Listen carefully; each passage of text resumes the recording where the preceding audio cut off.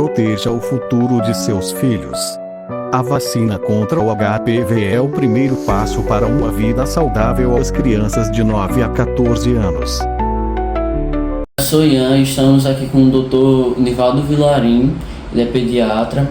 E Dr. Vilarim, eu tenho umas perguntas aqui para você. Vamos lá. Qual a necessidade de uma área da medicina especializada em crianças, no seu caso a pediatria? Antes de mais nada, eu gostaria de agradecer ao convite, você como aluno representando o Colégio Damas, e vamos tentar dar o máximo possível de informações sobre a área da pediatria. Tá? Então, em relação à sua pergunta, é importante relembrar que a medicina é um campo muito vasto na área de saúde e se presta a cuidar da saúde de uma maneira geral de todos os seres humanos. A pediatria ela foi desenvolvida ao longo do tempo com o objetivo de tratar da criança. Hoje, a criança vai desde a vida intrauterina, né? Então a gente tem uma consulta com a gestante e acompanha desde o nascimento até o adolescente. Por que essa área é tão extensa? Porque a criança não é, como muitas vezes se pensa, um adulto jovem. Ele tem características do crescimento, a característica de maturação dos órgãos, de doenças que são diferentes do adulto. Então, por isso é importante que o pediatra ele tenha essa especialização para poder cuidar da criança desde a vida intrauterina até completar os 18 anos. Por que você escolheu trabalhar com o público infantil? A pediatria é uma área muito instigante. É uma área que a gente se apaixona por ela. Então, antes de entrar na faculdade, eu já gostava de criança. E quando entrei na faculdade, que a gente começou a estudar as várias disciplinas, a pediatria se tornou uma paixão. Então, cuidar do recém-nascido, que não sabe verbalizar os seus sintomas, até um adolescente que tem suas áreas emocionais muito variáveis, passando pelas diferentes doenças. Então, isso criou em mim uma paixão muito grande pela pediatria. Como lidar com doenças comuns na infância e quando deve-se procurar ajuda médica? Essa pergunta é muito interessante, porque essa é a visão que toda a população tem com relação a ser médico e pediatra, que a gente só deve procurar o pediatra quando a criança está doente. Lógico, a gente trabalha com crianças com resfriado, com febre, com diarreia, com vômitos, e nessa hora é importante procurar a emergência ou o seu pediatra para receber um diagnóstico e a orientação mais adequada. Mas a pediatria é muito mais ampla do que isso. A pediatria hoje a gente tem o que a gente chama a nova puericultura, que é acompanhar o bebê desde o que nasce até o adolescente. E mudou esse enfoque. Então a gente trabalha, por exemplo, sobre a relação com a família, sobre a arte do brincar, acompanha o crescimento da criança e o desenvolvimento dela, acompanha a vacinação como uma forma de prevenir doenças. Então o pediatra ele não é apenas um médico de tratar doenças, ele é um médico mais amplo, ele cuida da vida da criança como um todo. A gente trabalha com o uso excessivo de tela, com o desenvolvimento cognitivo da criança nas escolas. Então, é uma área muito extensa, muito mais ampla do que só tratar doenças.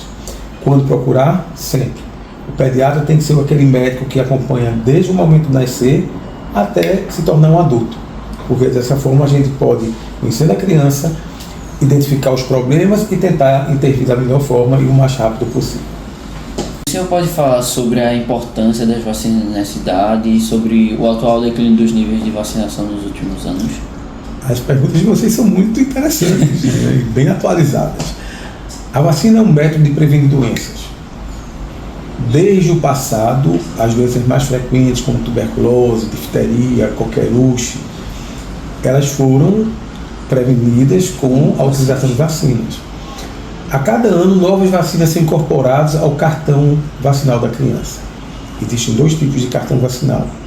A vacina do Ministério da Saúde, que é a vacina mais pública, e também as vacinas privadas, que são orientadas pela Sociedade Brasileira de Pediatria ou Sociedade Brasileira de Imunização, que são um pouco diferentes, mas o mais importante é vacinar. O que aconteceu nos últimos anos, e isso tem colocado em risco as nossas crianças, por exemplo, a coqueluche está voltando de uma forma muito intensa, né? Existe o risco do pólio voltar, a poliomielite, e para isso é importante que a gente reforce a importância das vacinas. Nos últimos anos, foi espalhado na população o conhecimento que as vacinas provocavam doenças. Isso não é verdade. As vacinas são estudadas, antes de serem disponibilizadas para a população geral, elas são aplicadas em vários testes e elas têm a função realmente de proteger doenças. Com as vacinas, a gente reduziu a quantidade de morte infantil por diarreia, por difteria, por coqueluche, por sarampo. O sarampo e a rubéola foram erradicados no Brasil. Mas se a gente não vacinar, corre o risco de todas voltar. O que deve ser feito para garantir às crianças o direito à saúde e qual o papel dos pais e do governo? Ian, a Constituição brasileira, ela garante na sua legislação que a população tenha direito à saúde. E assim como as crianças têm todo esse direito.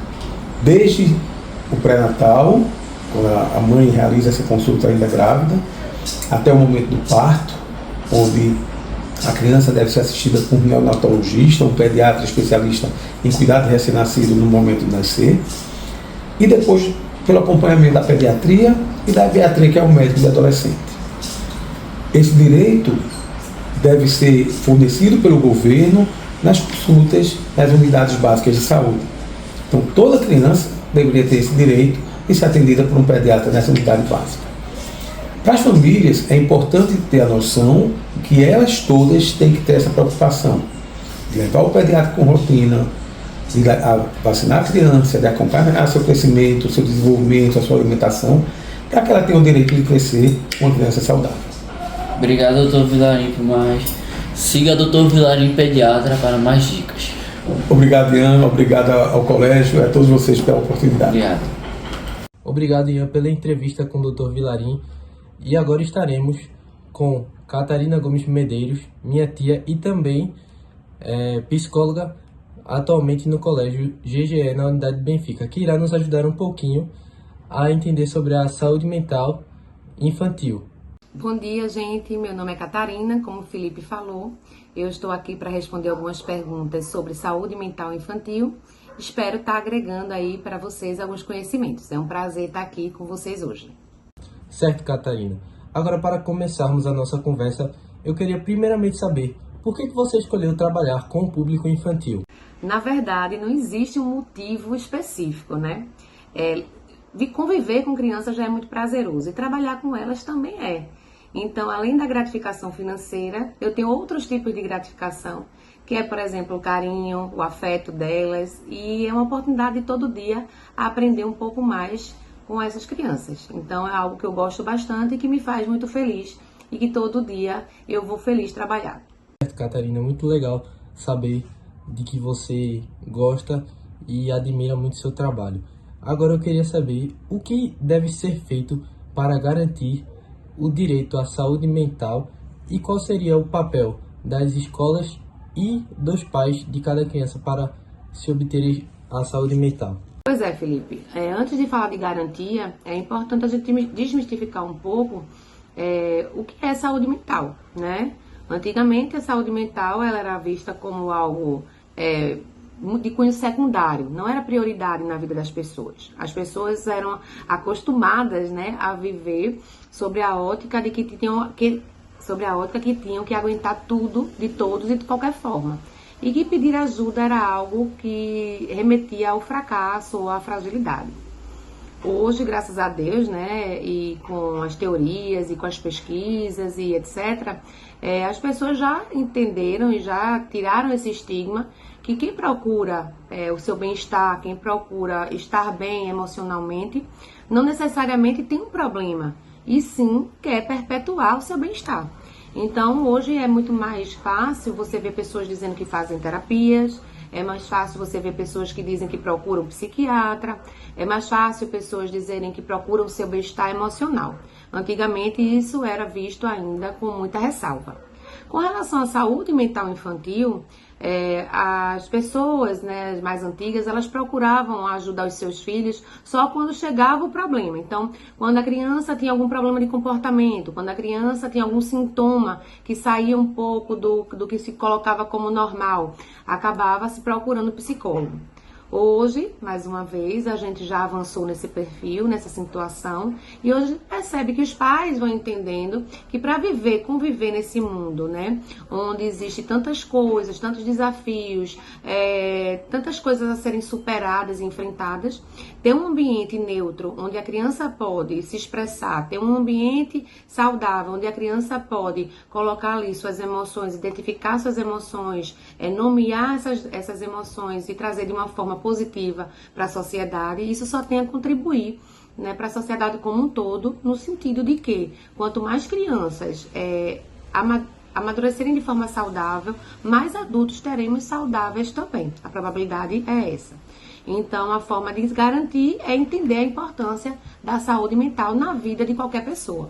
Como a escola e os pais podem garantir isso? Bem, a escola, eu posso falar um pouco da escola que eu trabalho, a gente tem esse serviço de acompanhamento, né, onde a gente faz esse monitoramento das crianças, não só no período de provas, né, que eu acho que é o mais habitual, mas também na toda a diária e toda a rotina da criança. Então, a gente tenta fazer uma vinculação afetiva com essa criança, acompanha nessa criança diariamente e consegue, assim, perceber as alterações que podem vir a acontecer de seu comportamento. Havendo algum tipo de alteração negativa de comportamento, a gente vai estar ali chamando os pais, conversando, tentando entender se aconteceu alguma coisa de diferente nesse período que está fazendo com que essa criança haja de uma forma diferente e disfuncional.